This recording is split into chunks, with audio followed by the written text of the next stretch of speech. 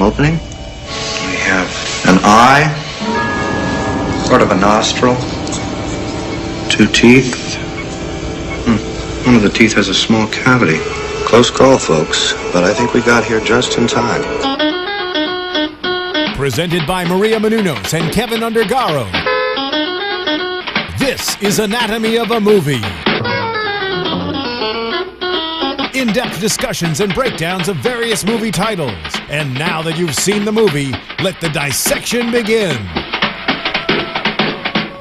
Oh, well, thank you, everybody. Thank you for joining us for another Anatomy of a Movie. And this week, the Grand Budapest Hotel. Did you enjoy your stay at the Grand Budapest? Oh, I had a wonderful time. Did you? I think I'll be visiting shortly. Would you recommend it to others? Yes, the dessert is fantastic. It's lovely. It takes a lot Mendel's. of effort. And what about you, Dimitri? Yeah, I loved it. I thought it was probably comedically Wes Anderson's funniest movie. I thought it was great. I love the slapstick, the cartoonishness of it all. The mystery, the murder mystery of it all. The villains, the good guys. I really had a great time, and I found myself laughing a lot and out loud at just random things that would happen. And for me, that was great. Well, that's terrific. That was Dimitri Panos, by the way. I forgot to introduce everybody. Sarah Stratton is here, and I'm helming this, John Comerford, and in the booth for us is Phil Svitek, as always. Thank you, Phil. I thought for anybody who's a big Wes Anderson fan, I think they'll really enjoy this movie. I think he delivers on everything that he's done before and adds a bunch of different things, new things. And for anybody who hasn't been a Wes Anderson, I don't know that they'll be converted by this, but I think it's visually very interesting. And you were going to say something. Yeah, I don't think they're going to be converted to this. I was going to go in your quote. And it's interesting. I'm not entirely sure that they would. Although I believe it was on Entertainment Weekly, and I believe it's Owen Gleiberman who reviewed this movie, who starts off saying, I am not a Wes Anderson fan. I never got his characters weren't for me. I never could sympathize with his characters. However, he said, this movie, he gave it like an A-. He said it converted him now. However, going to a non-critic, there was a family of 3 sitting next to us in the movie theater, husband, wife, son, who looked to be college-y age. So he was late teens, maybe early 20s. The movie was over. The father got up and was like, I don't get it. Like that literally, that was, he goes, he just said it just like that. He got up, he looked at him and he goes, I don't get it. Well, for me, full disclosure here, I think I've seen every Wes Anderson movie, and I always look at it, and every time I see the trailers for the commercials, whatever it is, I go, God, that looks great. I love that. He always has a good cast. There's always, interesting story, and it looks wonderful, and I'm always disappointed at the end. That's so sad. It is, because for me, the narrative always kind of falls. It doesn't hold up to the level of the visuals or the cast or the characters. And I have to say the same thing was true here. I was going to ask you that. I enjoyed the movie. I liked the movie. I thought visually it was very interesting. Yeah. But I was at some point I'm going, can we have a little character development? Can we move the story along? Can we deepen here? Can we broaden here? And it just kind of stayed a similar note for me. And I was like, well, it was a missed opportunity for me. But, sure. I can see why people like it. I absolutely mean, it's fun, it's goofy, it's quirky, it's whimsical, it's all the things that you would expect. So for that, he delivers completely. But I was like, once again, damn it, I'm not going to go see another one of these movies. But the next movie trailer, you'll go, okay. Okay, maybe this time it's different. Maybe this one. It's like Lucy and the football. I'm telling you, every time. It's like, damn it. You have hope, though. I do. Hope springs eternal. I mean, I guess I'm kind of more of a newcomer, I guess, to Wes Anderson. I really started looking into him with Moonrise Kingdom, and I loved it. And I thought it was such a fun... The Moonrise or this one? I'm sorry. I'm going to start with Moonrise, which I loved. Okay. And really got me on board. So when I saw the commercials coming out for this, which I also agree were done so well, I was very excited. I thought seeing it, I was very happy with the movie. I think his works are very beautiful. And although I wouldn't really generally say that it's like his comedy's the funniest thing in the world to me, I'm more of a smirker. So like in this movie, like I would smirk and like I wasn't like the full laugh out loud. I'd be like, oh, okay, that's funny. That's an interesting note. Like it's a different note of humor for me. But I like that, and I think that with him, it's so visually capturing, and on top of that, I think that what really draws me in is his pacing and his ability to do that. You know, the white, the stark, the beautiful, just artwork, and then all of a sudden you're in like zip mode, and the going back and forth. Just that to me keeps the energy going, and then it also prepares you for like the slowness that's sometimes in between, where you get those long pauses. And, Maybe just hold. Yeah, and everyone just, and then it goes. I love it. So that's one of my favorite attributes to his film. I do feel like I need to explore more, but I feel like, as much as I've seen and what I've read about, is his confidence in his art seems to be expanding. Like he definitely. Yeah, I would say this is his most confident effort. Yeah, so I think that it'll be interesting because where that goes with his next project, and I think that what this film does, it also enhances his brand, it enhances his style, and I think that for the future he's building up a very strong portfolio. But I do not think that he's hit like his highest note with. No, I still think he's in. Like, there's some movies that you see and you're just like, oh my gosh, I'm so floored. This is their masterpiece. And I think this was a great work, but it makes me very excited to see what is to come from him, just because I feel like it is growing. He's adding in these new flavors with each movie, and he has a very specific taste style, and I think it affects people in different ways. Like, you're laughing out loud, I'm chuckling, and we just have to get you on board. Well, no. Well, that's not to say I wasn't laughing, but I had a full audience when I saw it with a full audience. And I can say the way I view it, it was more amusing than funny. We didn't have a lot of belly laughs in our audience. It may be different for you guys, but because I was specifically wanting to know that because a lot of people talked about how funny it is, and we didn't have a lot of belly laughs in our audience. Really? See, I maybe I was that annoying laughing guy because there were scenes, and again, it was because of there were 3 scenes like that I was just that I can point out, and maybe as we talk there'll be other ones. Sure. But one of the scenes came relatively early on when we had F. Murray Abraham as the older Zero, and he was talking with Jude Law, the author, and there's a scene where the both of them are talking, and then out of the left-hand corner of the screen, Jason Schwartzman just does this. Yeah, way in the background. And I'm like, what the hell? Yeah. I was cracking up because it was just so random. Didn't expect it in his head. He just does this, and then he comes back again. And I'm like, did he know he was in the shot? Like, it just seemed random. Definitely. The other scene that I loved was the scene where we have Ralph Fiennes. The police come to the hotel. Yes. And the police are here by Ed Norton. Ed Norton, and so they come downstairs. They go, oh, he goes, well, we realize that the woman she's been murdered, and he goes, I thought that she may have been murdered. He goes, oh, and you think I'm a suspect? And then it goes quiet, and then he takes off. And the only thing that was missing for me was like the tune sound and the mote of dust. Thank you. I was like the little cloud. And again, to me, it was so cartoonish that I was just like crying. And then another scene. This one was with Adrian Brody. Cursing in a movie is fine with me. Sometimes cursing in a movie is hysterical to me. Case in point, Animal House. Nobody says "holy shit" better than John Belushi. In Stripes, John Larroquette, when he sees that the RV is missing, he has this line. And again, I know that this is small, and I know this is just me, but he walks in, he's like, where the fuck's my truck? And it's just the way he says it cracks me up. With Adrian Brody, it's when he notices the painting. And he's like, boy holding a what the fuck is this piece of shit? And I was just like, again, it just struck me. I am laughing hysterically. And maybe it's the delivery. It's the performance. They're so overdrawn as even villains that it had that cartoon quality to it, that sort of things came unexpected to me. And then when you want to throw in the animatics, like the skiing, like that scene to me was great too. It's way more exciting than anything I saw in the Olympics. And I'm like, this is awesome. Yeah. So I was I was just in by like little nuances that they throw in. I just thought were very hysterical. And the dialogue. Ralph Fiennes, I thought. Oh man, amazing job. Amazing. Like, I mean, and you go, why? How come he's not getting more role? Like, he's such a good actor.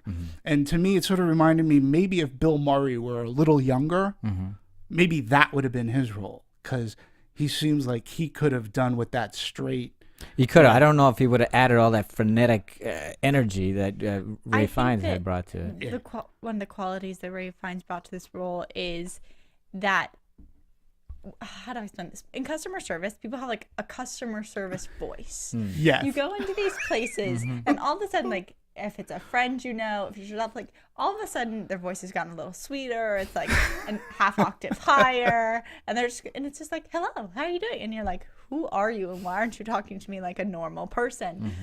And he just, like, to me, embraced that character, but it was just him.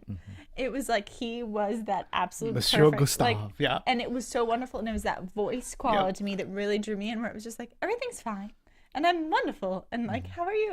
And he just never dropped it. No. And I loved that so much, because it was something like I identified with and I thought was funny. And I didn't, certain points, like, you love him, but you're kind of like, you were very deranged. Yeah. You were a very deranged fellow. Like his whole monologue about sleeping with older women. I mean, but again, the way he delivered, crass but true. But, and again, the way he delivered it, he was just great. Yeah, I mean, it seems like he had a ball doing it. I mean, absolutely. Who wouldn't? I mean, if you were the actress having to play portray a role like that, I get to say this. Okay, let's jump. Let's do this. This will be fun. Yeah. So that was just impressed with me, and so much fun that he did it with such a genuine, like, lack of being like, I'm ridiculous. Just no, the whole world is ridiculous. Such elan, if I may, because that's the word I was keeping as I was seeing him, because that's what he was. He was. So I think he did a fantastic job, and maybe I think that is part of the charm of Wes Anderson's film, is his characters, and it's on part just because he gets such a great cast of actors to participate, but they all approach these over-the-top personas with a dedication and a consistency and an ability to, even in the silences, put out an aura, like an aura. I would also offer that, however over the top they may be, the actor finds the truth of the character and stands in it, so that craziness can happen and you still have believability because they believe it. Yeah. Okay, so we're talking about comedic moments too. Did you not laugh? Another part that was just hysterical is it was Jeff Goldblum. I thought his beard was great. I was laughing at his beard. The beard like is crazy. Great, but come on, you didn't laugh. Wait, did he just throw my cat out the window? Yeah, sure. I mean, that's like, again, that's, to me, is so funny. William Dafoe just chucks this thing and he's like, wait, did he just throw my cat out the window? Yeah. I'm like, again, and William Dafoe was one of my favorite characters in this whole film. Barely said a word, but what a great presence. Oh he looked hysterical on the motorcycle. And his rings. And it was just ridiculous. Just ridiculous. Yeah, exactly. And just even a costume, ripping open his leather, snapping open his leather vest or leather jacket with the booze behind it and everything. Like, again, oh yeah, I'll play this. Sure, absolutely. And it's interesting too, like that the people, we were talking, I forget which show it was. It could have been Nonstop. We were talking about director style. Right.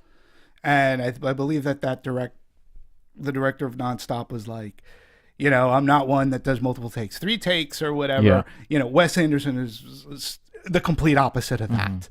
He'll do take after take after take until he finds he gets what he wants. And it was funny because Ralph Fiennes, who had never worked with him before, said, he doesn't give too much guidance other than do it this way, do it, and they eventually come to a middle and where they find what Gustave should be. And Ralph Fiennes at first said, he goes, it was a little bit troubling at first for me. He goes, but as the movie was going, he goes, I fit right in and I found the groove that I wanted to be in. And you can tell, like, everybody found the groove that they needed to be in this movie. And We see some of the Wes Anderson regulars, and we see his signature shots. He does a lot of the wipes, like really quick pans, and he does those great, very proscenium-like presentational openings, so you get a context and all that other stuff. And he does the dolly, does the whip zoom, snap zoom, and he does all those. And for the most part, I mean, I don't know. Like, I always look at him as a simplistic director. I mean, for the most part, he frames his shots. He has what he wants. And even if he's moving his camera around, all you're really doing is moving your camera around. Like, you're not doing anything highly technical, but he's able to make it look really good for me. And I mean, I don't know anybody could argue that the shots weren't well composed. My God, some of them were amazing. I mean, just looking at the dining room with obviously he loves his symmetry. Because everything's very symmetrical. Everything's balanced. There's no the colors. There's no Dutch angle anyway. And the colors, exactly the colors. I mean, it's beautiful. I mean, it's well composed. I mean, you can't. I mean, you may not like that style, but he certainly composes them well for sure. Right. So, and that part I thought was just fun. Where I started to get a little bit. It's like, okay, could we dolly left maybe? I mean, for me, it got repetitive. I'm going, okay, now your style is getting in the way of the movie. For me. Because at the end, towards the middle and the end, I'm going, oh my God, we're going through another dolly, right? And snap zoom. Come on, can we do anything else, please? And again, I like it because I thought the first act was so much fun for me. It was so inventive and interesting. I mean, it's not like I had seen it before because I've seen other Wes Anderson movies, and a lot of Moonrise Kingdom had all the dollies, and they did all the same things. So for that, it's like, oh, he's just doing his signature stuff, which is fine. But then for me, it just got repetitive. But the first act was wonderful. I was meeting all these people. The storytelling was interesting. We're going, it's a story within a story within a story. I don't know why we had the girl at the beginning because we didn't need her, but okay, whatever, we can do that. But then for me, it just started to get repetitive, and I'm going, could you just do something different? Maybe once. Maybe no. Either the girl at the beginning, the one who comes up to the where authors, she sees the she's statue, reading the book, right? She's reading the book. But, we could have started with Julab meeting Mustafa. I mean, I sort of like that because they bookended because the story is has outlived the author. They bookended within bookending within bookending, and there you go. There you go. Yeah, and I like the whole genesis too of how he had how Wes Anderson had come up, because this has been a movie that let's talk about how the story came to be. He'd actually written like a 15-page treatment with who he calls a very good friend of his, who's a painter, and he's very funny, and they wanted to do a modern day sort of kind of heist movie that took place in France and England, and he steals this painting, and they didn't know where they wanted to go with it, and he went on and did his other projects, and he also was Wes Anderson. It was influenced by a gentleman by the name of Stefan Zweig, who I am not familiar with, I'll be honest. His work. I did a little bit of research on the gentleman, but he was influenced by this guy, and he said, wow, he's like, I was reading a novelist, if I'm not mistaken. He was a novelist, Right. Yeah, he fled Germany before the Nazis took over. So he wrote these. Beware of Pity was, I guess, this one book, which I've never read. Again, never heard of the author prior to doing research on this. But now you've seen the film, and now you've heard of it in your mind. Well, I looked up. I was looking up the books, and perhaps I'll read that book. But I'm gonna wait for the movie. He was looking for these moments in Europe, and he's like, "Geez, what if I mix what we had in this story, and what if I make a character a hotel concierge who has to have his handprints and like he has got to know everything." And he's like, he goes, we're in a made up country. I made up nationalities, cultures, and even money. So then that's Cripples, whatever the heck they are. Yeah. And so hence, came the progression of this story. And, I was like, okay, so it took 8 years for him to do it. And, and when you look at his movies too, like Moonrise Kingdom, to me, of his repertoire, Moonrise Kingdom probably is the one that has the most heart in it. Royal Tenenbaums has some heart, but there's some nastiness to it. Rushmore, it's a coming of age story. This movie to me was, where it had the heart, but it was more murder mystery, zany comedy. It was a throwback to some older Billy Wilder kind of movies, and he put so much into it, and he does different things. He may use the same technique, in his movies. But I think, to your point too, he'll like the animatics that he used in Moonrise Kingdom. He really used a lot of them in this, and and that's what makes Wes Anderson like original. He's seems to be, for me, he's like a fresh voice. And when you talk about how his next movie being grand, listen, this movie alone was released in only 4 locations. Yeah, I know. That's what was amazing. Really. Go ahead. 4 theaters, and it had an opening gross of $811,000. Its per screen average was huge. Now, they also released it domestically. Foreign.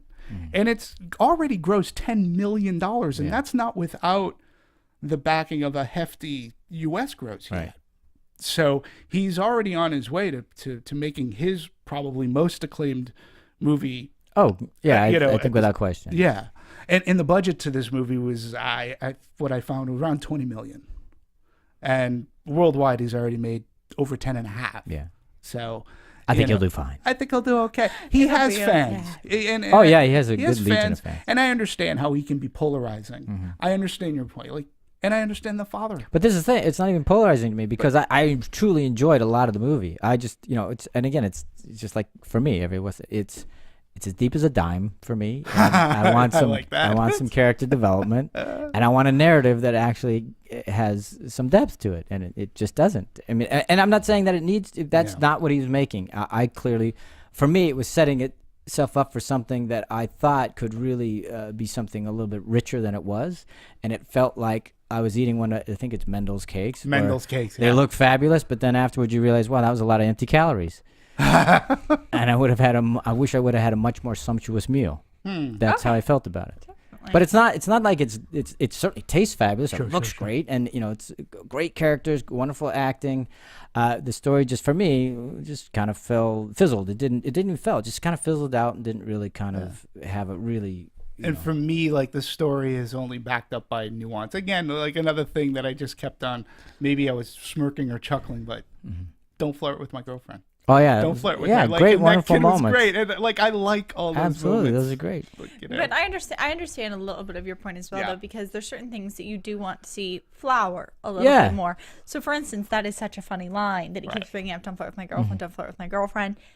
But in the end, it's just kind of disappointing that she died within like 2 years. And you don't see he dies, and we don't. So ahead. Didn't get to see like the culmination of their love, or you didn't get to see like why this story is worth telling, because it left him with this wonderful life, or this, like, I don't know. I understood that. I can understand that a little bit. That's the part with me. It's like, it was a missed opportunity. And that I can see, definitely. And I would still see this movie again, and I think it's wonderful.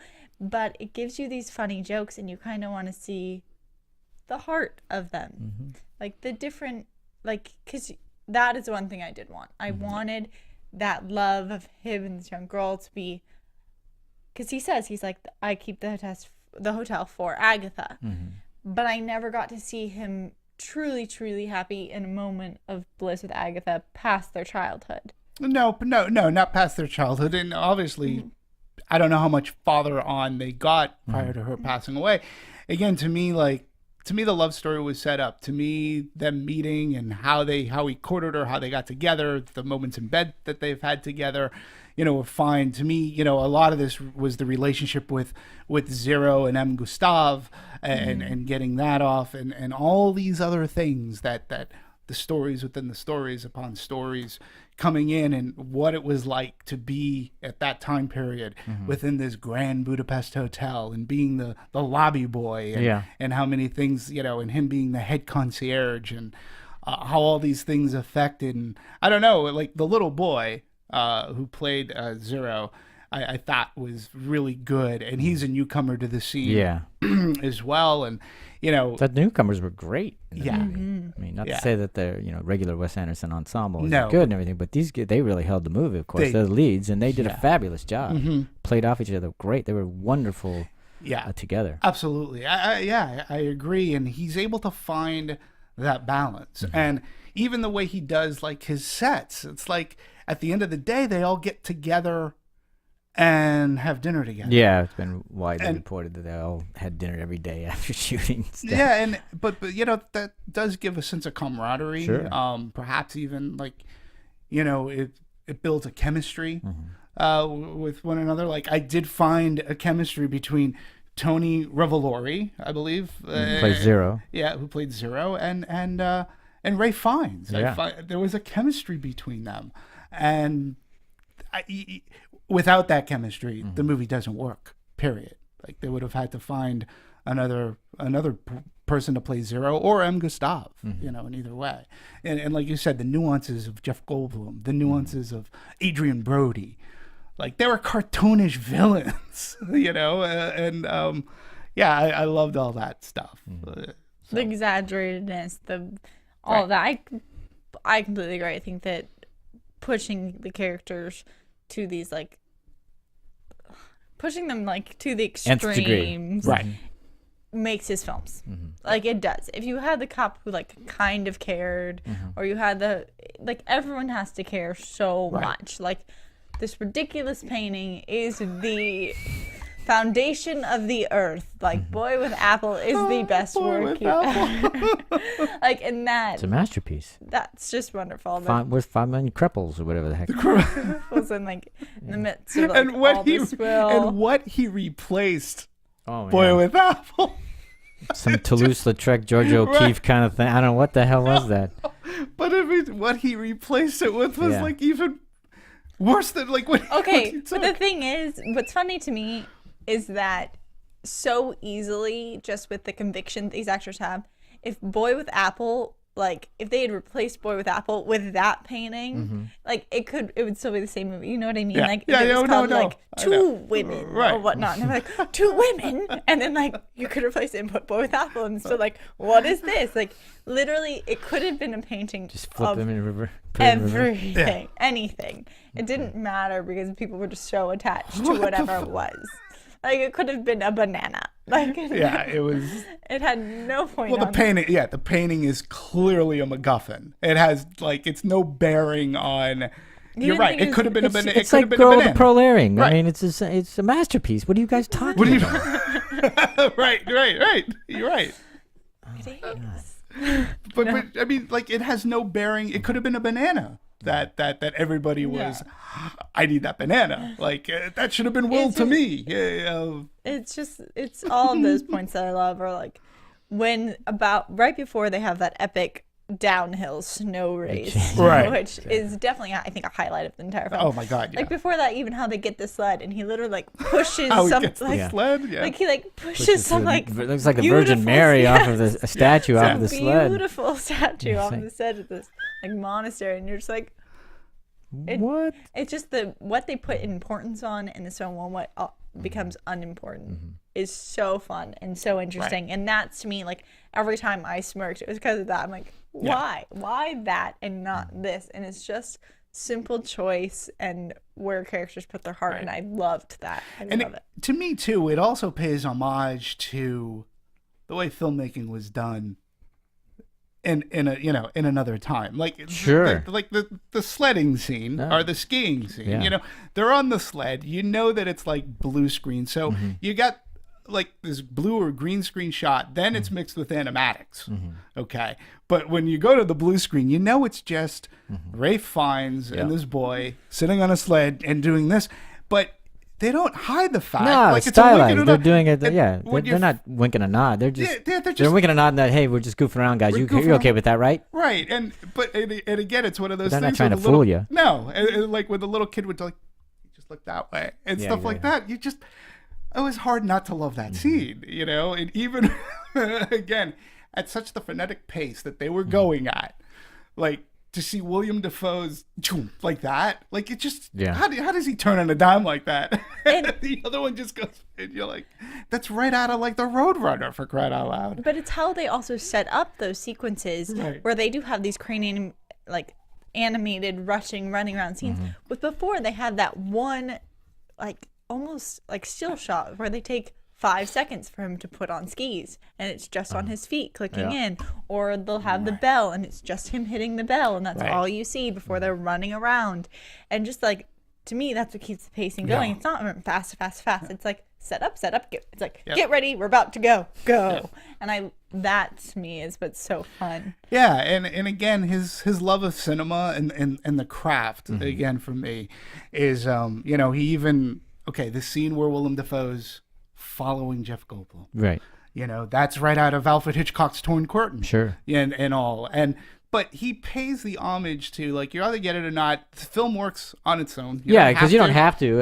Absolutely. And this is something, too, that Wes Anderson films haven't necessarily had in the past. Like, he built a suspense, in a sense. Like, that walking scene was great. And he also had a little bit more, it was probably his most, quote-unquote, violent movie. Well, it starts with him throwing the cat in the trash can. Oh, my God. On that scene, and then it ends with the fingers being cut off. Yeah. But do you laugh at that? Or, like, We had, and the audience, some people laughed at it, other people went, oh, they weren't ready for it, because it's like, I'm in a Wes Anderson movie. Please don't do that. You expect, like, the happy-go-lucky and something with his murder mystery. But I think he does violence with a happiness, if that makes any sense. Well, you can't really take it seriously, so what else can you do but laugh at it? So I don't know why anybody's really scared of it. It's like, first of all, it's a movie. So Well, and again, you're not expecting it. And again, when he's introducing a level of suspense that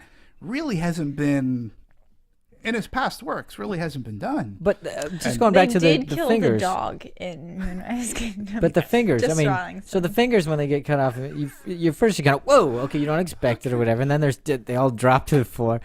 But then you have to start laughing because he picks him up. He picks him up and then puts him in his pocket and everything. But then they show up again. When do they show them? They show again the randomness of this movie. There's a scene where Willem Dafoe is sitting at his desk, and there's an over-the-head shot in the ashtray are the fingers. Yeah. Like, he kept them. He saved them for posterity. Well, all killers keep tokens, right? Sure. Right? Isn't that serial killers do? That's a serial killer thing. See? Absolutely. Definitely. Yeah. Along with trophies. The arsenic he had, and the knife, and he had everything on his desk. And his blotters, like like you go into an office blotter, there's inkwell. No, he's got a knife, he's got fingers, he's got poison. It's the tricks of his trade. Yeah. So it's again, to me it added to the level of like just fun watching this movie.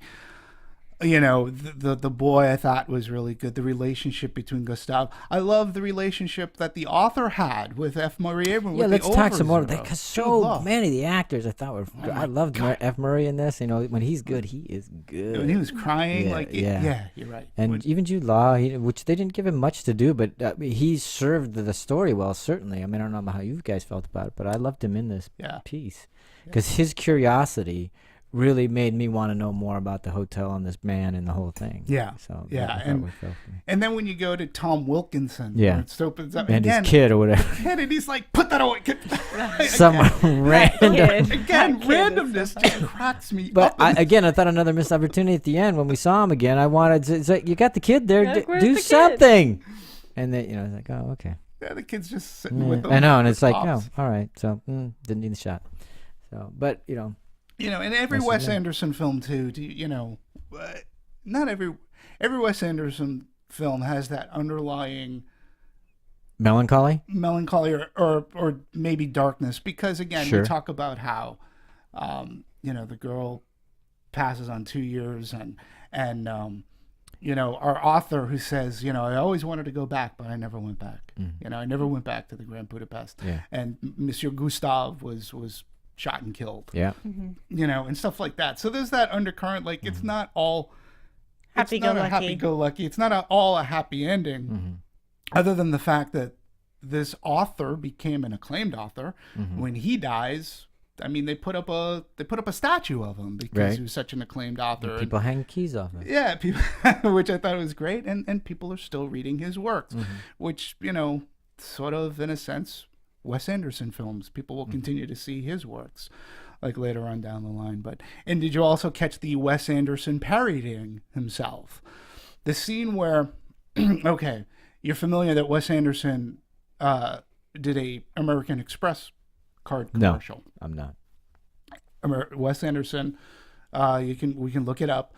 Did an American Express commercial, and the scene in which Monsieur Gustave is in the beginning, and he's walking through the hotel with Zero, and he's talking to Zero, and then he'd go up and he goes, "Oh yes, put that over there." Yeah, and he's telling everybody what to do.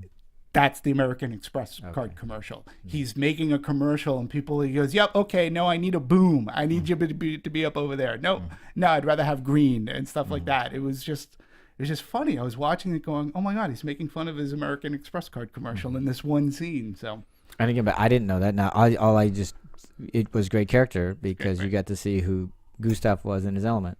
So, but I had no idea. I didn't either, and I think the scene still read just as well. That's a great, nugget for people Easter egg for people. And those are also the best nuggets is when they both appeal to people with the knowledge and people without it, because that means you made it work. You made it work for story, not only because you wanted it to be there. So I think that's really great that he can do that. Yeah, I thought it was really funny. Let's continue with the actor and character thing, because we really have, I mean, I don't know anybody. For me, let's just put it, I think across the board everybody did a great job. The only one for me that didn't rise real well was Adrien Brody. I thought he did okay, but it didn't quite hit the mark for me as everybody else's did. But go ahead. I will agree with you on that one. I think that was partially because I think that for me, Adrien Brody, I had such different expectations. I think that I was very ready for him to be he looks almost gothic, he's in the black, he has definitely hair.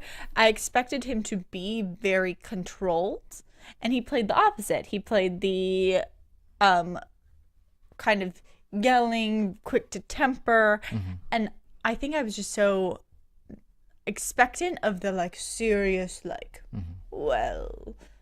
playing with your fingertips, wondering what's going to happen villain that I was like, why is he yelling? Stop yelling. So for me, I think that was purely based on my expectations, but he did stand out because everyone was so, in their craziness, they were so calm. And to me, he was the most loud or boisterous and quick to temper. Yeah, like any buffoon villain. I mean, he was, again, when you mentioned he's wearing black, again, in the old Westerns, how do you pick out your villains? They're wearing black, Willem Dafoe, Adrien Brody, all they do is wearing black, where our hero is very colorful, so to speak. And again, that other scene where Adrien Brody punches Gustave in the face, the kid punches him in the face. And Dafoe just punches every time, and he's just chilling. Yeah. I love that because I was like, this is completely accurate.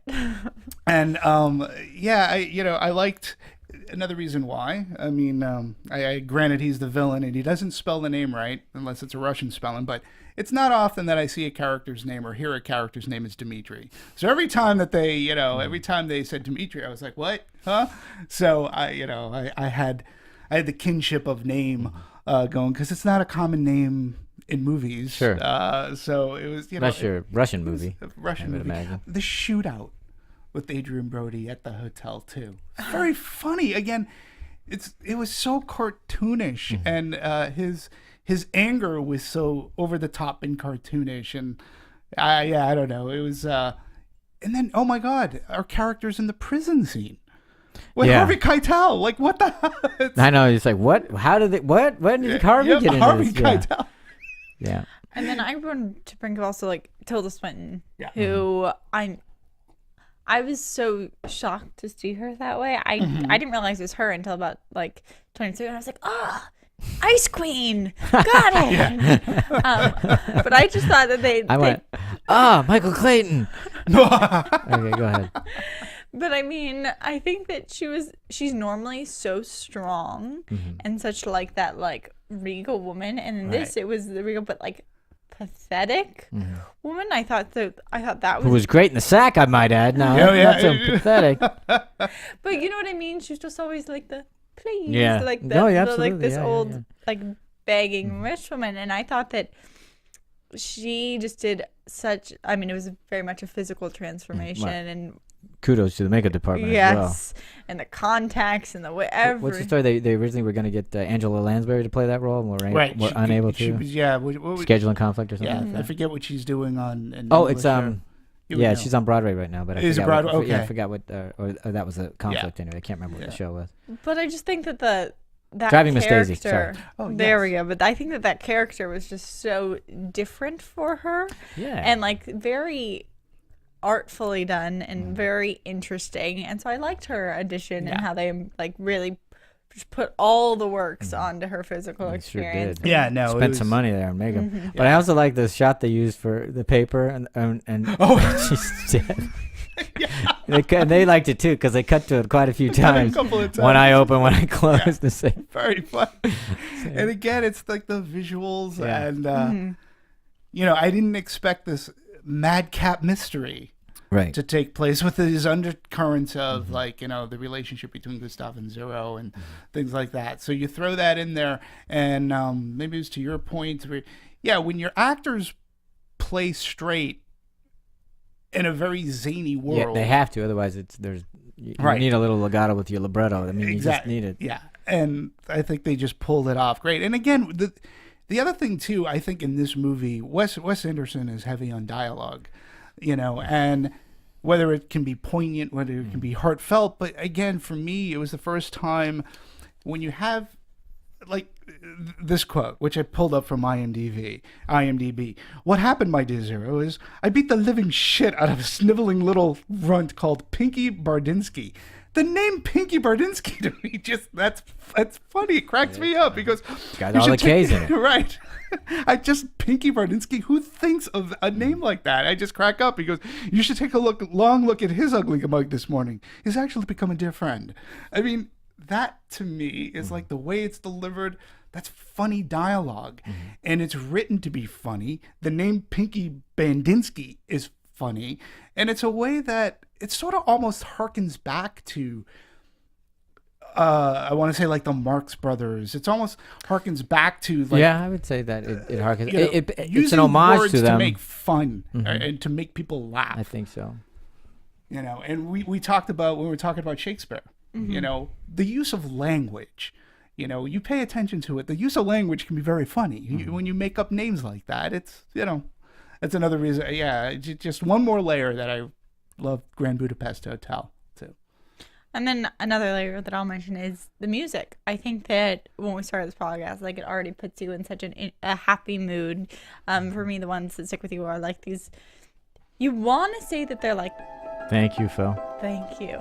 It's like this playful but classical mix that adds this humor, and then you'll add in the over-the-top like yodeling and almost like polka-ish songs. Russian, very Russian-ish. But also yeah. multicultural. Very much like throughout the film, you can't. To me, I couldn't really pinpoint because like Well, we were all over Europe, so I think he was pulling from all different sources. Now, did you stay for the end credits? Did you stay for all the credits at the end? I must admit, I did Did not. you see the little Russian cartoon? No, I'd heard about it, but I didn't. Yeah, I chose it was not pretty to. funny. And the music was done by a gentleman that we've talked about a lot Who's on that? the show, Alexander Desplat, who did Monuments Men. Yeah. Just recently, The King's Speech. He did Argo. He's done a Harry Potter movie. I mean, the guy's worked a lot. He's done a couple of the movies that we've talked about, like I said, including Monuments Men and now Grand Budapest Hotel. And again, I wasn't.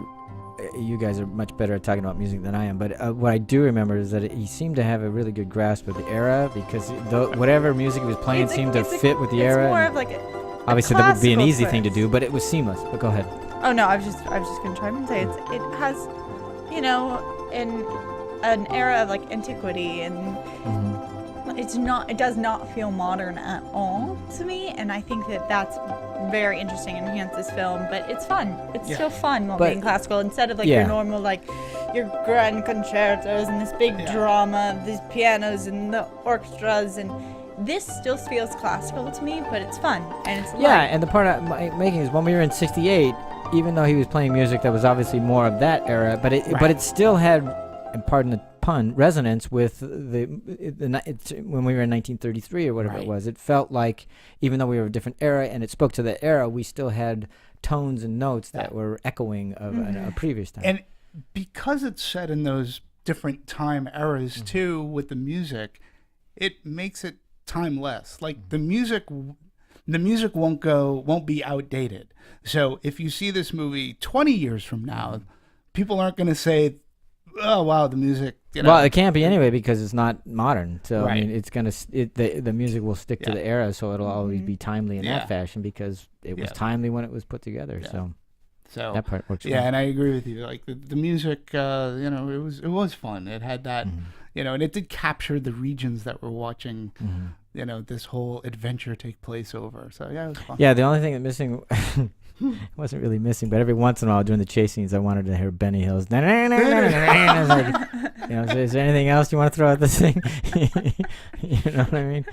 So we're needing some of that, and we need some poofs, and we're. Well, I mean that. I'm gonna just go out on the other side of this real quick because there are the people that are feeling differently than most of us, because they're talking. You were talking about.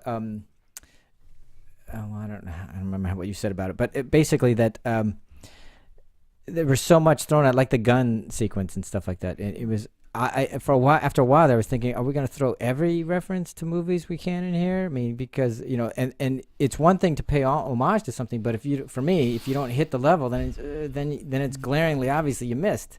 So if you got dialogue that is very sharp and you're trying to hit Groucho Marx territory, and you don't get there, it's like, oh, nice try. So every once in a while that happened to me as I'm watching because there was so much for me that was in reference to other things, but didn't hit the mark. That I was like, ow, nice try. Which is not to say that it wasn't fun. It's just that it depends, like what you're attempting. If you're attempting to, how do I phrase this? Because you can pay homage to something, yes, and you can try and stand equal to them. Trying to beat them is probably not the best way to go. It's like trying, it's somebody like, who's not funny going on a Jon Stewart show and trying to out funny Jon Stewart. Or it's when someone sings a classic song that's made someone famous, and then they try and sing it, and you're like, oh, yeah. And it's like you never really want to try and one up them. You want to try and do it differently. Yeah. Do your angle on it. Do your spin. And it's hard, I think, when you're trying to illustrate all these different points, to do everything from a different angle. So I think that it's a fun task, and I think it comes from him being a film lover, as Dimitri said, that he wants to show that he's been inspired and he's been influenced in a way to give thanks. But you have to also, put your own mark on it. And I think overall he does that because we've embraced that he has his own style. Yeah. And you leave going, okay, that was a Wes Anderson film. That was a Wes Anderson. Yeah. And again, to me, he never beats me over the head with it. Like, you either will get it or you won't get it. It's almost like jokes in Mystery Science Theater 3000. Sometimes you're going to get what the little characters are saying up on screen. Sometimes you might not. With Wes Anderson, like, you folks didn't know that he was just making fun of himself in an American Express card commercial. Well, it didn't matter to you because it certainly served the story. Exactly. So that part was really and so the other part that bothered me with respect to that is what we went through all these. It was part of the chase, and it was the gunfight scene. I go, oh, okay, now we're gonna have a gunfight because it was like we had so much. And for me, I think this movie would have been served well by a little addition by subtraction. Because it seemed like we were just throwing everything we can at it, and look, now there's this, and it's like, and for me that was troublesome. Yeah, for me it just added all of the madcap zaniness, the cartoonishness. And it was cartoonish, and everybody talks about that. I'm going, yeah, but it didn't. For me, it didn't rise to the level of zaniness that like a Marx Brothers movie or any of those, which I think it was paying reference to or a deference to, I should say. And because of that, I think it suffered under the weight of trying to. Well, no, I mean, again, it's like I see what you're saying, and it makes sense. I get it. And again, it's just like, that father, I don't get it. and it's just very interesting because I think that's the way he's always been as a director and a writer, and he seems to have gotten more confident in his craft. I absolutely agree with that. Every time I see his movie, I think, wow, I think he's feeling more and more what he wants to do and how he wants to do it. I think. Go ahead. I think one of the things that I also leave his movies with is just the fascination that I think that like stills of his films are so interesting to me. They're so fascinating. And that literally you can just take a picture of every chunk of his film, and I could just see it in an art gallery. It could be each film could be its own exhibit, just because everything is so beautiful and so well done and so different from scene to scene, but overall they have this like umbrella arc that covers them all, and I think that is spectacular. And you go through and you can look on the internet, it's just like, oh, and during this line, and you can sense it from one photo of each thing, from its grand spaces, like you have the whole hotel, to its small narrow spaces, like you take a photograph of them in the elevator, and everything is just done so nicely. Oh, the first time we were in the elevator and they're wearing their purple and their red background, it's like you're looking at them and go, wow, that's, I mean, he has spent an time art. here. Yeah, wonderful. Clearly. I mean, that's why I said, you know,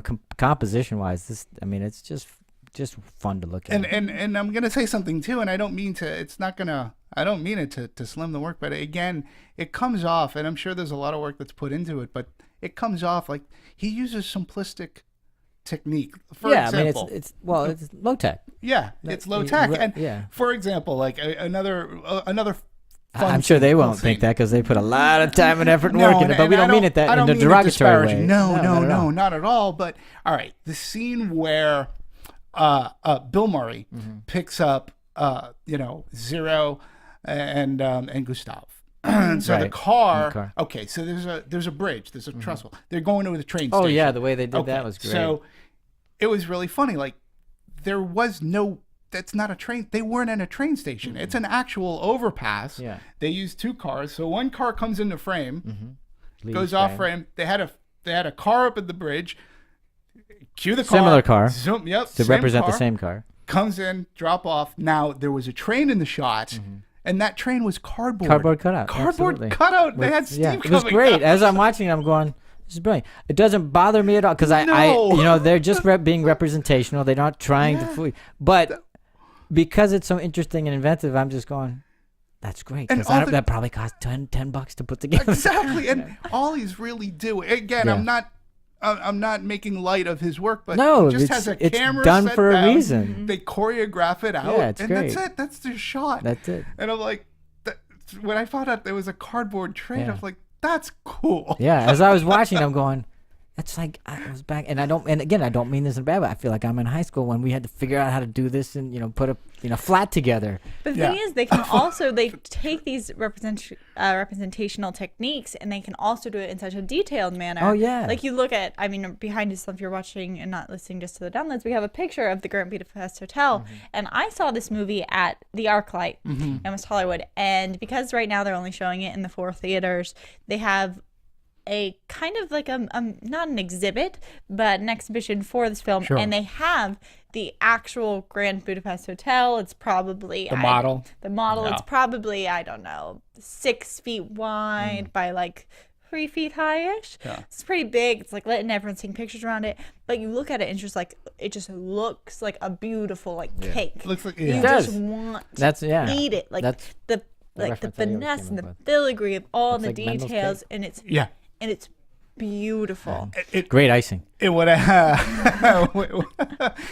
love about it too, it was a department store. Oh, is that right? Yeah, it's not. I didn't know that. No, that whole front. Yeah, that's a facade. Like I believe that part, but I didn't know that. The inside's a department store. The outside's a department. The outside is okay. The outside was a department store in which they did the overlay on, and so to have people walking in. The inside, which is the hotel, like they had this. It was a open. It was an empty department store that they found. I forget where. I think it was in old Germany, and they scouted it. And Thank you, Sarah.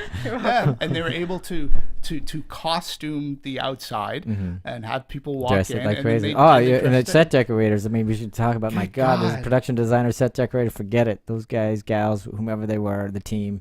I thought they did a fabulous job. Oh, yeah. And have to be in such communication with each other. Oh, yeah. That's the point. It's like one of the reasons that it's so beautiful is in the differences between each. And like if you have multiple people working, like to collaborate and be like, oh, I can give you details of kind of every detail that we're having, make yours different but similar. And because and then you have to dress the hotel for different eras, and then do all that again with different coloring, and it's like, oh my god, it just seemed like insurmountable task and all the work involved. Very much so. But it's all on the screen. That's the beauty of it. I mean, it doesn't look like they wasted anything. I mean, it's all on the screen, and it looks fabulous. If the number that I found is close, I mean, 20 million. 20 million. I know. I just think about that, and I go, you got to be kidding me. Right.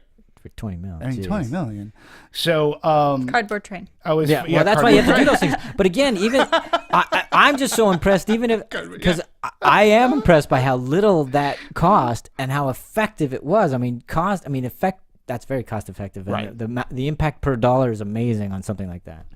Because it doesn't ruin your film, and enhances it, because even though it looks representational, it's charming, it's quirky, it's lifting the film rather than going, oh wow, they didn't have the money. Right. It's not that at all. Yeah. And just for that, it's just congratulations for the whole team. Yeah, and it's funny because I was looking at I found this article that had the look of the Grand Budapest Hotel, and they were sitting down with the production designer, and speaking of the Grand Budapest Hotel, he goes on and says, it doesn't exist. We knew we had to make it. There's no way. Now there's the new way of doing that, making a digital painting of it and 3D CGI model. Then there's the old way of doing it. And this is another thing that I appreciate. Going back to making models. Again, I'm a science fiction person. When I look at the original Star Wars before the special edition, or when I look at Star Trek or any space movie, they were using models. Models can capture light, unlike they can't replicate that in CG for some reason. Model can capture the light, and they can shoot around, and I just love that they did that, and they used animatics to make this movie. They were almost like their storyboards in getting this done. So they did do this in a very old-fashioned way, yet they incorporate some of today's technology. They're not shunning that using. He even says, because we're not doing this to shun technology, because we had to use it. And also because of the era you're shooting it, I think that again lifts the piece and enhances it, and because you're using quote old school stuff. And honestly, as I think that how far technology's come is fantastic, and I'm sure that they create programs on how light transfers, but there's something also to the heart of it, even if a texture, and also just the knowledge of trying to look back at what was really art and how things are done and tie them into your films. And it's even when they make these full animated movies, when you find out that they hand drew just one little aspect in certain scenes, there's a heart to that. There's a love that makes me think about how much these people love film and how much they love movies and how much they want to design and sometimes use traditional methods and blend them with technology. So to me, it's not visually, it's beautiful. Right. Visually, it adds a detail. But to me, it's also an emotional thing where I'm like, that's so great that they did that. And that there's also something tangible and that I could go and see this, and that they're willing to share that. And it's not just captured, they're putting it out for the public and giving people that one extra step instead of it locked behind a studio all the time. It's like how Warner Brothers and Universal, they have their open sets where you can go revisit the places they actually use. It's like bringing that closer to the people who love the movies, I think, is wonderful. Yeah, and you're right. I mean, there's a passion. There's a if you're a model maker, there's a passion for the work that you do and the detail that you put into it. And again, there's there's the love for it. There's the passion for it. These people, this is what they create. But there's also, I mentioned there's a texture to a model that you can't really ever capture on CG. And who knows? Well, I mean, okay, but but I agree with you. I agree with you. I totally agree. A model of the Grand Budapest Hotel and the way in which you can film it. Yes, granted, if you're making a CG Grand Budapest Hotel, you can make your camera go wherever the hell you want. But because of that constraints of it being physical, your camera has to go to only natural places in which it can go to view it, and the way that it'll pick up the color pink off of the hotel or the shutters and such. That adds to a detail that, again, I think Wes Anderson has been building up to this movie. He did some of the animatics in Moonrise Kingdom and such, the rooftop. And there was a rooftop scene in this. And again, the rooftop is in a soundstage and somebody just pokes their head up and he's using miniatures behind. And And he runs along and jumps onto the little plank and everything. Yeah, and I was thinking a little bit Mary Poppins when they're absolutely. singing on top of the rooftops. And I'm like, that kind of, for me, it is sort of a breath of fresh air. Just seeing that ode to making films that way. And it doesn't bother me because it didn't look cheap. And no, I don't think it ever looked cheap. No. It just looked stylized, but in a way that really served the story and the era and everything that they wanted to do. And for that part, I thought it was seamless. I never, ever. I mean, it took me out of the movie only in the sense that I really enjoyed it. Going, wow, look how they did. And did you want? It's so pretty. Did you want a Mendel cake? Like I did. I mean, I wanted to know what was in the Mendel cake. That's what I wanted to know. I was like, because they even had. Is it a macaroon? Is it a macaroon with frosting? Is that a buttercream? Is that a German buttercream? What is that? Can I just have one? Mm-hmm. Yeah, in the little box that it comes in. Box, you know, and to me, the little stuff. Box was the Grand Budapest. I mean, it looked like it. I mean, the whole thing. And the group. I'm telling you, looking at it does look like a cake with tears and icing and all that other stuff. So, but let's even more on the production and art direction and cinematography. We talked about it right before we came on, how they use different aspect ratios to denote what era we were in, that reflected the style of shooting at the era. And go ahead. Yeah, I found this great article. Okay, well, first watching the movie, as an audience, just to give a little, look, I know you guys are geeks and everything who watch and listen to us, so I don't want to be boring. He doesn't mean that in a derogatory manner. No, he means that in a very... Listen, I'm wearing a Captain Kirk shirt. I'm a geek, okay? If you aren't geeks. Yeah, but I'm just like saying, you probably are aware, but yes, in current day and today, we have basically, there are two, you can say three if you want to include IMAX, but let's just stick to the basic two. It's flat and scope. And I learned this, my first job at Universal Studios, when I had to order trailers, I had to order some flat and scope, and I was like, what the hell is flat and scope? Well, I was taught. Flat, you'll notice your picture is square on the screen. And in fact, it's one of the reasons why we have movie curtains in movie theaters, is because of these aspect ratios, because around the 60s or so, CinemaScope was invented, and CinemaScope brought the picture all the way to the edge of the screen. It made your square more rectangular, and so they could letterbox, and they could pull the curtains back. So, and then if a theater was showing a flat film, they pull the curtains in so that you're not. You didn't feel like you're getting gypped. Space. So in this movie, I noticed, like right off the bat, I'm like going, "Wait a minute, that's not even flat." Like, I know. We're watching. I go, like, what are they doing with that? Why are they change the aspect ratio? Like, what the hell? Did there something wrong with the theater? And I was wondering, like, I got to figure that we notice it because just of our passion, right? And I was wondering if the audience that I saw it with that day, like, obviously Dad, I don't think Dad got it. Maybe his son did. I don't know. But I was like, okay, this is cool. And then I found an article on it about Wes Anderson's new movie has 3 aspect ratios he used for the Grand Budapest Hotel. And each one was meant to showcase or reflect cinematic history of the time. So the original aspect ratio, of the time that the story was taking place in the particular. Yeah, whether it's like the 30s, which they call.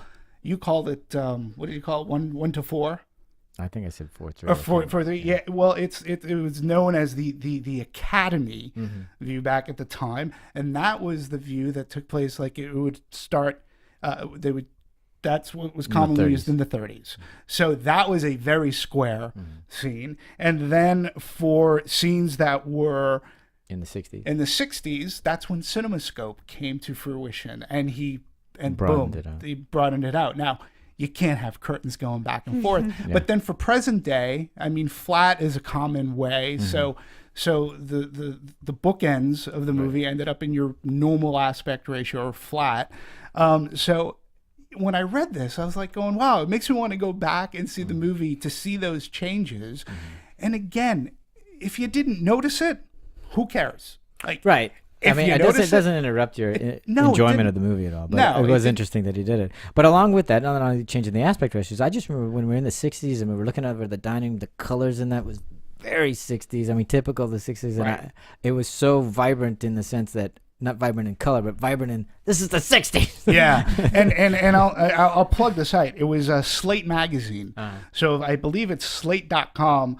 You can find this article, and not only will you find the article, like they incorporate pictures as to what the aspect ratios look like and how they played in the movie. It's a fascinating article, and it made me appreciate the movie more. And I want to go back now again to watch, to see when it goes wide, when it goes back in small and things like that. And it wasn't like going from color to black and white, where sometimes Oliver Stone has done, and you just go, gah, like that.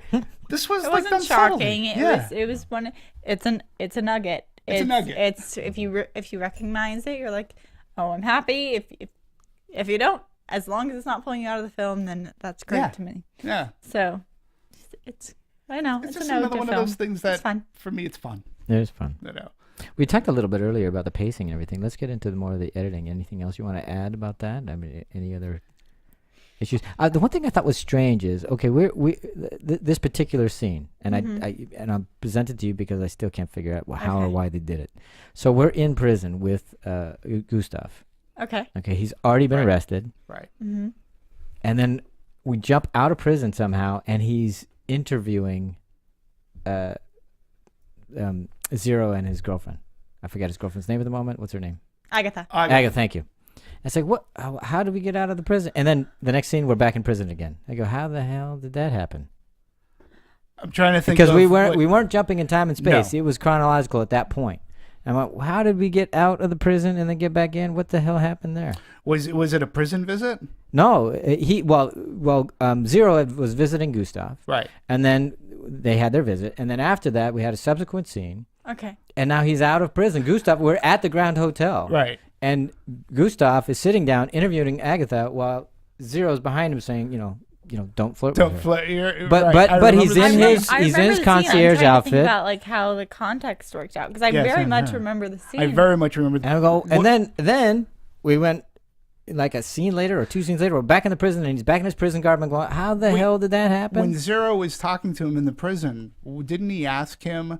Because we didn't really at that time, if I'm correct, we didn't know a whole heck of a lot about Zero's relationship with Agatha. No, we didn't. And so but this was prior to him saying that he was going to get engaged.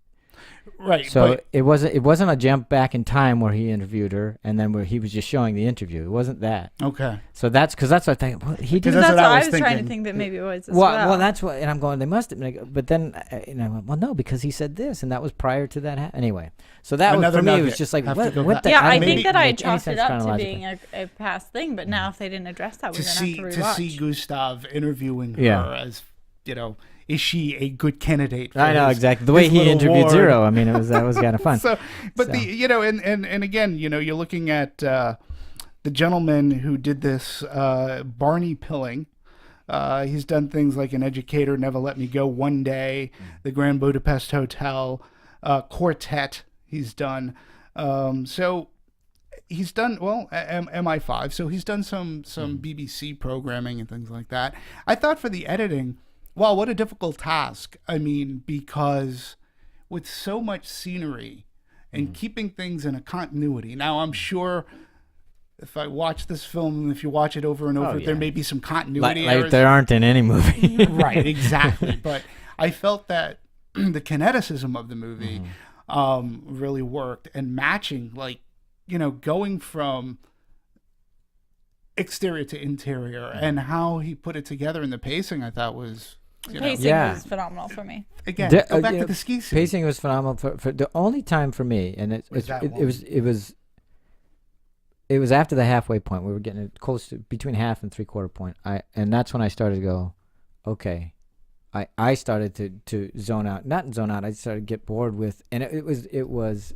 I can't say it was editing because I don't know if it was editing so much. It was because for me there was a lack of character development because for me Gustave stays the same from beginning to end. He never changes. Neither does Zero. They all stay the same. The only thing that changes is the Budapest, which maybe that could be the argument that the only character development we really have is the Budapest because that's the only thing that goes through any kind of change. Right.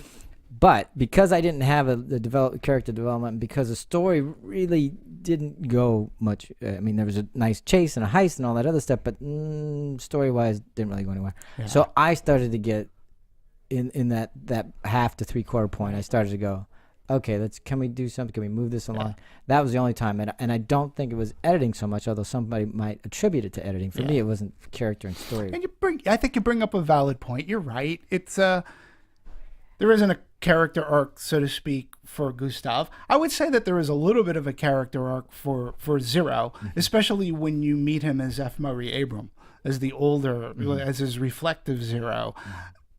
You know, I was just thinking about this. I mean, the Grand Budapest Hotel is within itself a character. Yeah, absolutely. And you're right. It is. You could make the argument that that's the main character in a sense. In a sense, sure, absolutely. But what a grand character it is. And again, to Wes Anderson's themes and not everything ending in a happy ending, the Grand Budapest was sort of kind of let go. Yeah. So that it laid to, you know, we don't even know if people still go there anymore, if it's still operating, but we know that it was sort of kind of falling apart, and it's that story within a story.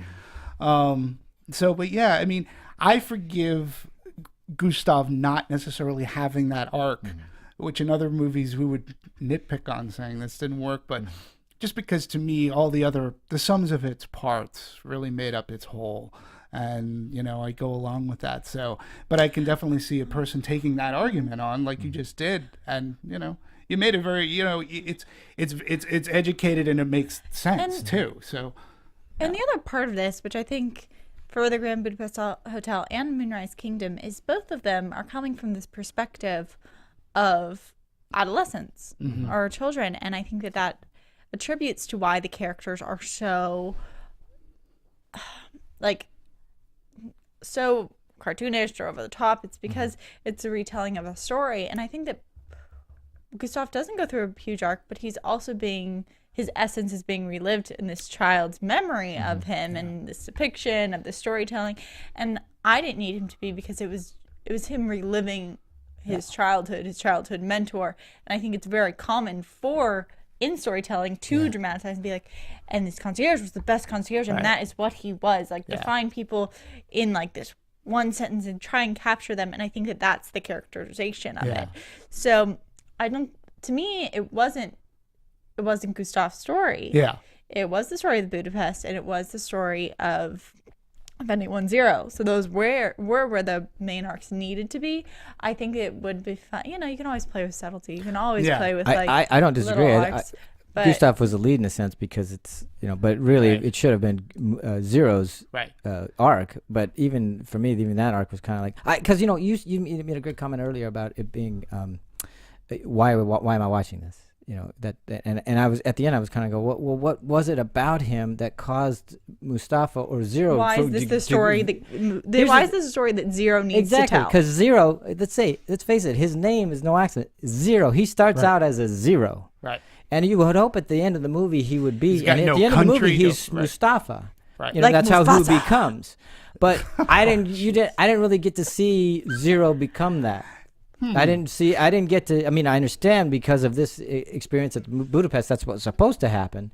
But I just didn't really get to see a lot of character development that could become that. And in Zero. Again, when we're talking about layers too, I think something that's very interesting too is that, okay,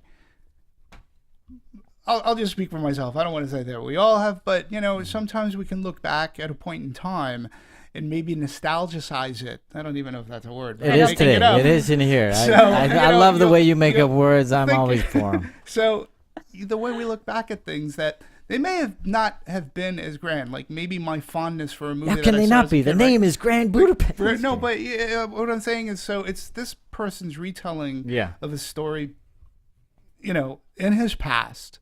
So we don't know. We're going by his word, and then it's getting reinterpreted by an author, absolutely, who's going to add his poetic license to these stories. And that's another thing that's troublesome, because if an author is going to do that, then make it more interesting. Oh, see, I found it very interesting. Oh,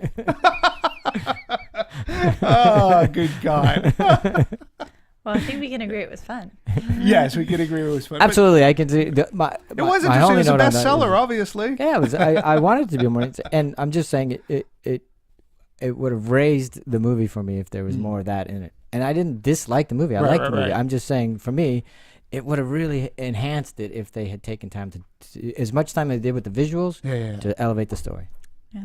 Well, I mean, it's definitely fascinating and beautiful, and he takes these crazy circumstances. We've done so many different scenarios now, and he's definitely explored the hotel world. So, I mean, I'm curious to see what's How next. about this? I feel like he's gonna go. Before we, because we're about to wrap up, but before we do, we didn't even talk about the cabal of crossed key concierges. Oh my God, that's awesome! And it's like, what the there hell? is apparently a crossed keys. Oh yeah, there's a type of crossed key. Well, the thing in crossed key is the symbol of the Pope. Yeah, and it's Like, but what? along and you buy that being concierge. Concierge is the person who has the his thumb in the pulse of his city or his location, and he can get you anything. But the anytime. secret like the society of butler. concierges, I thought loved was it. great. Again, and slapstick is a dying art, if not completely dead. And again, I think that Jim Carrey's hoping not. Yeah, well, I think that Wes Anderson used slapstick.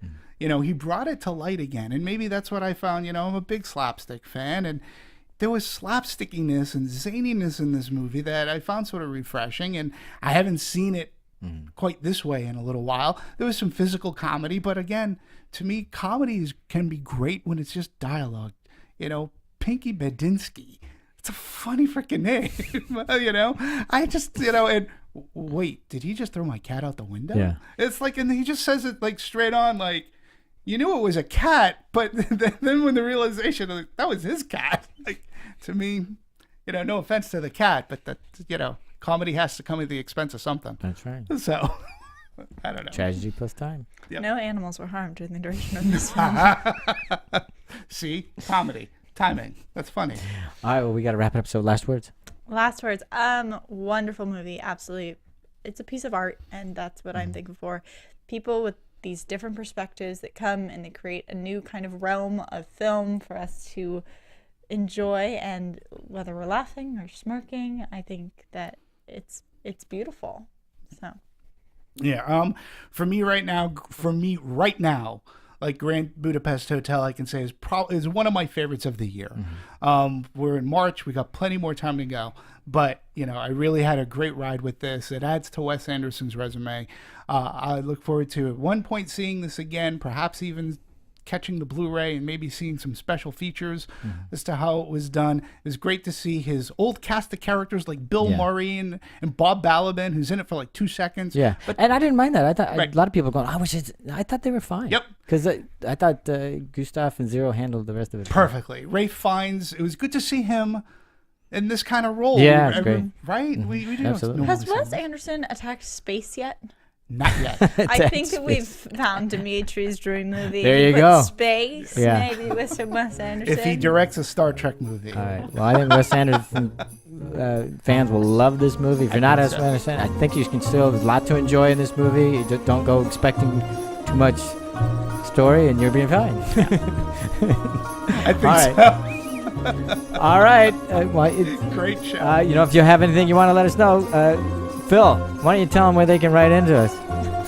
Movie Anatomy on Twitter, and info@anatomyofmovie.com. There you go. There you Thanks go. very much, everybody. Thank you for tuning Thanks, in. everybody. We'll talk to you next Great time. show. A lot of fun.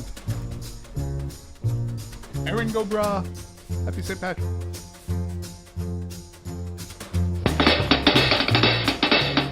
From producers Maria Menounos, Kevin Undergaro, Phil Svitek, and the rest of the Anatomy of a Movie staff, we would like to thank you for listening and subscribing to the show. If you have any questions or comments, feel free to email or tweet us. I'm Sir Richard Wentworth, and this has been Anatomy of a Movie. Thanks for watching Anatomy of a Movie on YouTube. For more on your favorite movies, subscribe to our channel here, and be sure to let us know what you think in our comment section below here. Bye.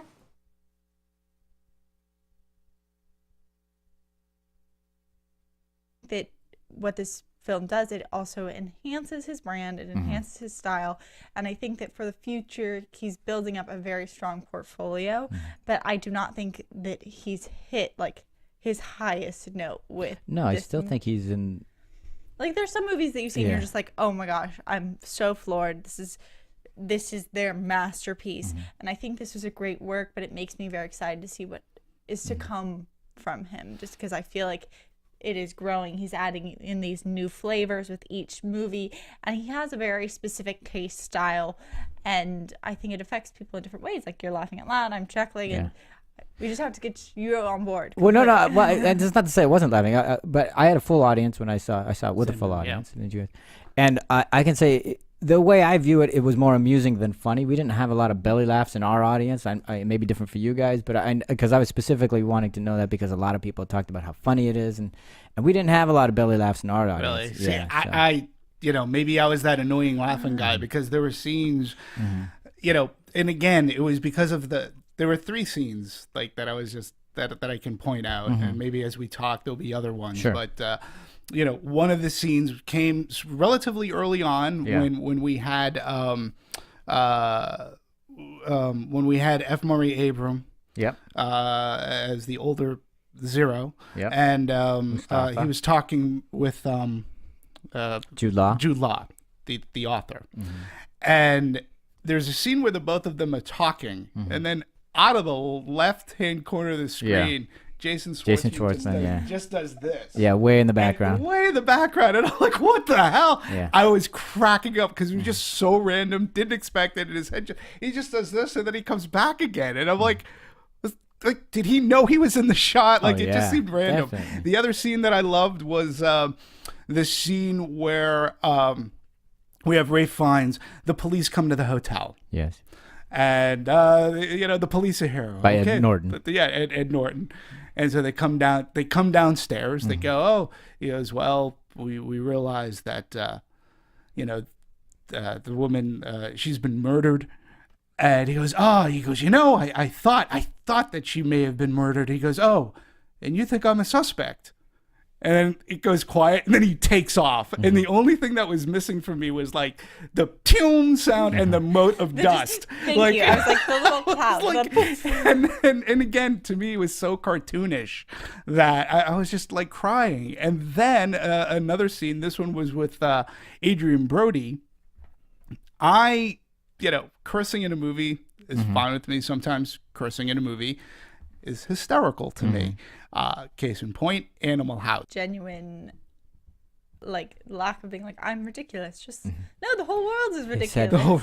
Such elan, if I may, because that's the word I was keeping as I was seeing him, because that's what he was. He was. So I think he did a fantastic job, and maybe I think that is part of the charm of Wes Anderson's film is his characters, in some part just because he gets such a great cast of actors to participate, but they all approach these over-the-top personas with a dedication and a consistency and an ability to, even in the silences, put out an era, like an aura. I would also offer that, however over the top they may be, the actor finds the truth of the character and stands in it, so that craziness can happen and you still have believability because they believe it. Yeah.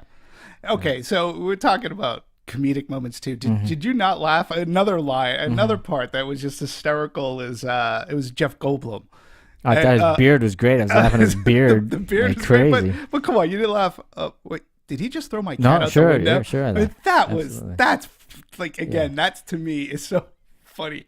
William Dafoe just chucks this thing and he's like, wait, did he just throw my cat out the window? Yeah. I'm like, again, and it's William throwaway. Dafoe was one of my favorite characters in this whole film. Barely said a word, but what a great presence. Oh my, he looked hysterical on the motorcycle. And his rings. And it was just ridiculous.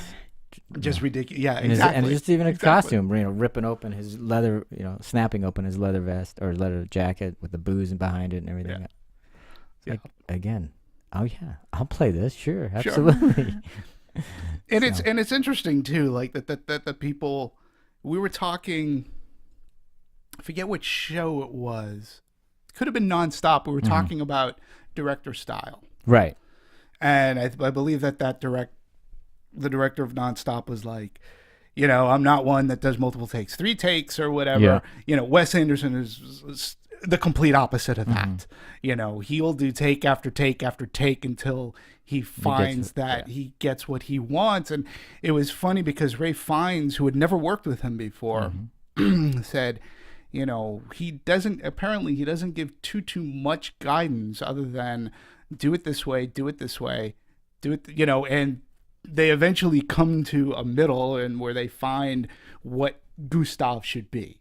And Ralph Fiennes at first said, he goes, yeah, it was a little bit troubling at first for me. He goes, but as the movie was going, he goes, I fit right in and I found the groove that I wanted to be in. And you can tell, like, you know, everybody found the groove that they needed to be in this movie. And nobody says, holy shit, better than John Belushi. In Stripes, John Larroquette, when he sees that the RV is missing, he has this line. And again, I know that this is small, and I know this is just me, but he walks in, he's like, where the fuck's my truck? And it's just the way he says it cracks me up. With Adrian Brody, it's when he notices the painting, and he's like, boy holding a what the fuck is this piece of shit? And I was just like, again, it just struck me, I am laughing hysterically. And maybe it's the delivery, it's the performance, they're so overdrawn as even villains that it had that cartoon quality to it, that sort of things came unexpected to me.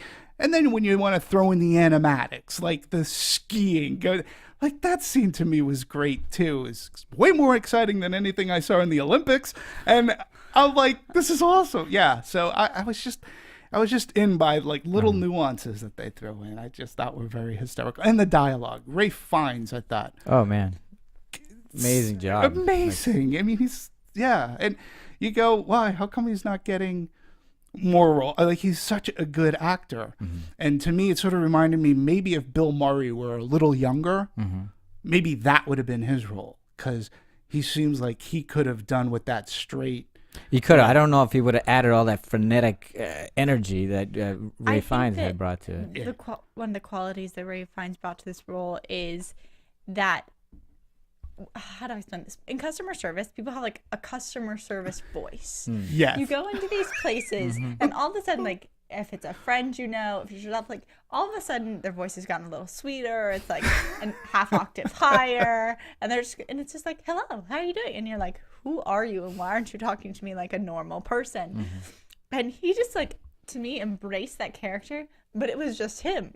It was like he was that absolute Monsieur perfect, Gustave, like, yeah. And it was so wonderful, and it was that voice quality to me that really drew me in, where it was just like, everything's fine, and I'm wonderful, and like, how are you?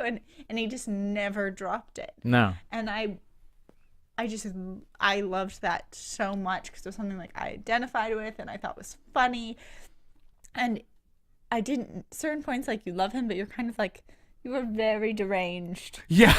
You were a very deranged fellow. Like his whole monologue about sleeping with older women. I mean, but again, the way he delivered, crass but true. But, and again, the way he delivered it, he was just great. Yeah, I mean, it seems like he had a ball doing it. I mean, absolutely. Who wouldn't? I mean, if you were the actress having to play portray a role like that, I get to say this. Okay, let's jump. Let's do this. This will be fun. Yeah. Yeah, so that was just impressive to me, and so much fun that he did it with such a... I'm opening. We have an eye, sort of a nostril, 2 teeth. One of the teeth has a small cavity. Close call, folks, but I think we got here just in time. Presented by Maria Menounos and Kevin Undergaro. This is Anatomy of a Movie. In-depth discussions and breakdowns of various movie titles. And now that you've seen the movie, let the dissection begin. Oh, well, thank you, everybody. Thank you for joining us for another Anatomy of a Movie. And this week, the Grand Budapest Hotel. Did you enjoy your stay at the Grand Budapest? Oh, I had a wonderful time. Did you? I think I'll be visiting shortly. Would you recommend it to others? Yes, the dessert is fantastic.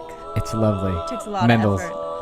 And what about you, Dimitri? Yeah, I loved it. I thought it was probably comedically Wes Anderson's funniest movie. I thought it was great. I love the slapstick, the cartoonishness of it all. The mystery, the murder mystery of it all.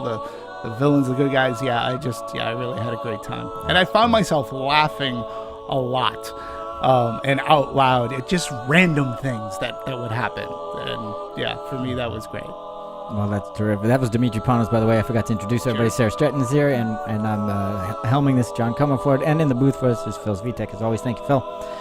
Yeah, I thought for anybody who's a big Wes Anderson fan, I think they'll really enjoy this movie. I think he delivers on everything that he's done before and adds a bunch of different things, new things.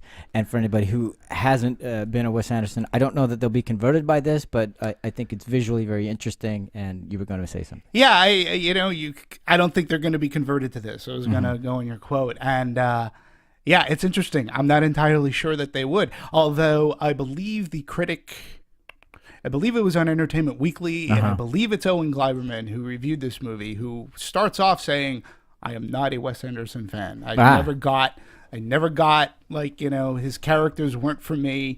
I never could sympathize with his characters. However, he said, this movie, he gave it like an A minus. He said it converted him now. However, going to a non-critic, there was a family of 3 sitting next to us in the movie theater, husband, wife, son, who looked to be college-y age. So he was late teens, maybe early 20s. The movie was over. The father got up and was like, I don't get it. Like that literally, that was, he goes, he just said it just like that. He got up, he looked at him and he goes, I don't get it. Well, for me, full disclosure here, I think I've seen every Wes Anderson movie, and I always look at it, and every time I see the trailers for the commercials, whatever it is, I go, God, that looks great. I love that. He always has a good cast. There's always, interesting story, and it looks wonderful, and I'm always disappointed at the end. That's so sad. It is, because for me, the narrative always kind of falls. It doesn't hold up to the level of the visuals or the cast or the characters, and I have to say the same thing was true here. I was going to ask you that. I enjoyed the movie. I liked the movie. I thought visually it was very interesting. Yeah. But I was at some point I'm going, can we have a little character development? Can we move the story along? Can we deepen here? Can we broaden here? And it just kind of stayed a similar note for me, and I was like, well, it was a missed opportunity for me. But, sure. I can see why people like it. I absolutely mean, it's fun, it's goofy, it's quirky, it's whimsical, it's all the things that you would expect. So for that, he delivers completely. But I was like, once again, damn it, I'm not going to go see another one of these movies. But the next movie trailer, you'll go, okay. Okay, maybe this time it's different. Maybe this one. It's like Lucy and the football. I'm telling you, every time it's like, damn it. You have hope, though. I do. Hope springs eternal.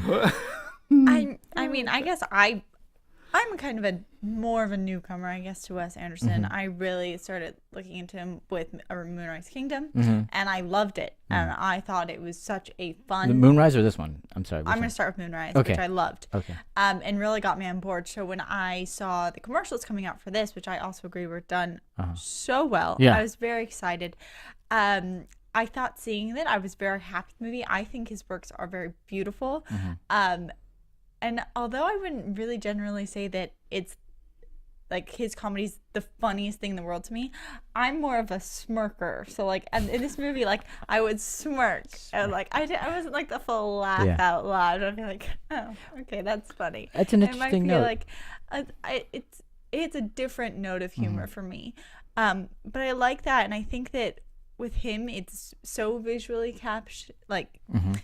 capturing, and on top of that, I think that what really draws me in is his pacing and his ability to do that, the white, the stark, the beautiful just artwork, and then all of a sudden you're in like zip mode, and the going back and forth, just that to me keeps the energy going. And then it also prepares you for like the slowness that's sometimes in between, where you get those long pauses and may just hold. Yeah, and everyone just, and then it goes. I love it. So that's one of my favorite attributes to his film.